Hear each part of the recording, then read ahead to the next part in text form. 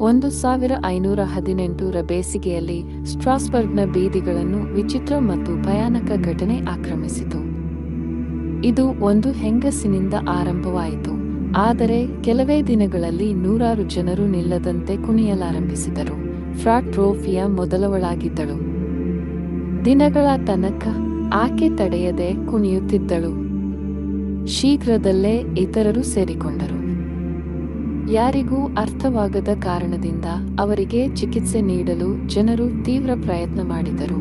ಪ್ರಾರ್ಥನೆ, ಸಂಗೀತ ಮತ್ತು ಮೇಲೇರಿಸಿದ ವಿಧಿಗಳೊಂದಿಗೆ ಆದರೆ ಕುಣಿಯುವುದು ಮುಂದುವರೆದಿತು.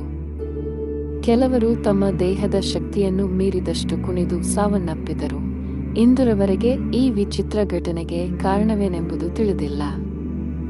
ಇದು ಸಾಮೂಹಿಕ ಹುಚ್ಚುತನವೋ, ಕಾಳುಗಳಿಂದ ತಿನ್ನುಂಟಾದ ವಿಷವೋ ಅಥವಾ ಇನ್ನೂ ಹೆಚ್ಚು ಭಯಾನಕವೋ ಎಂಬುದರ ಬಗ್ಗೆ ಪತ್ತೆಯಾಗಿದೆ.